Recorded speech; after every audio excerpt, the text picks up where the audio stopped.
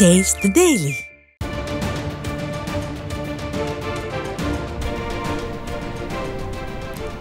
அண்மை செய்தி. சென்னை திருவேற்காடு அடுத்த கோலடியில் வீடுகளை இடிப்பதற்கு எதிர்ப்பு தெரிவித்து 300க்கும் மேற்பட்டோர் சாலை மறியல் போராட்டத்தில் ஈடுபட்டுள்ளனர். வீட்டை இடிக்க எதிர்ப்பு தெரிவித்து தற்கொலை செய்து கொண்ட சங்கர் என்பவரின் இறப்புக்கு நியாயம் கேட்டும் பொதுமக்கள் சாலை மறியல். கூடுதல் விவரங்களை செய்தியாளர் சுரேஷ் வழங்க கேட்கலாம்.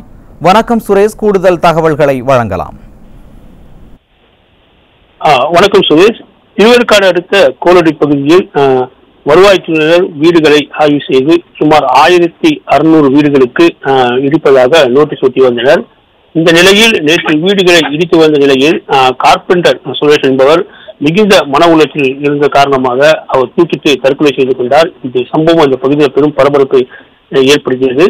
இந்த நிலையில் கார்பெண்டர் சங்கர் தூக்கிட்டு தற்கொலை செய்ததை கண்டித்து அந்த பகுதியை சேர்ந்த சுமார் 300க்கும் மேற்பட்ட பொதுமக்கள் திருவேற்காடு ஐயப்பாக்கம் இருக்கக்கூடிய இந்த பிரதான சாலையில் அமர்ந்து தற்போது சாலை மறியல் போராட்டத்தில் ஈடுபட்டு வருகின்றனர். இந்த சம்பவத்தை தான் நாம் தற்போது பார்த்துக் கொண்டிருக்கிறோம். இதனால் அந்த பகுதியில கடும் போக்குவரத்து நெரிசலானது ஏற்பட்டுள்ளது. சுமார் 1 மணி நேரத்திற்கு மேலாக வாகனங்கள் இந்த சாலையிலே ஆங்காங்கு நின்று கொண்டிருப்பதால் வாகன ஓட்டிகள் கடும் சிரமமடைந்து வருகின்றனர்.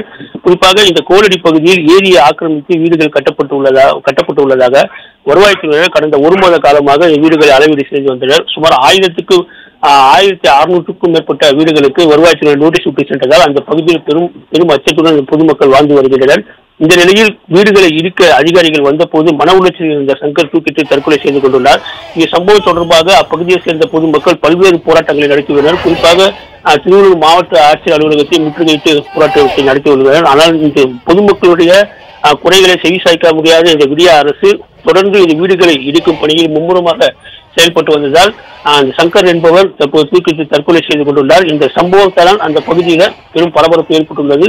மேலும் இந்த சாலை மறியல் போராட்டத்தினால் அந்த பகுதியில் ஏராளமான போலீசார் தூக்கப்பட்டுள்ளனர். இதனால் இந்த பகுதியில் பெரும் அச்சத்துடன் பகுதி மக்கள் அந்த சாலையை கடந்து வருகின்றனர்.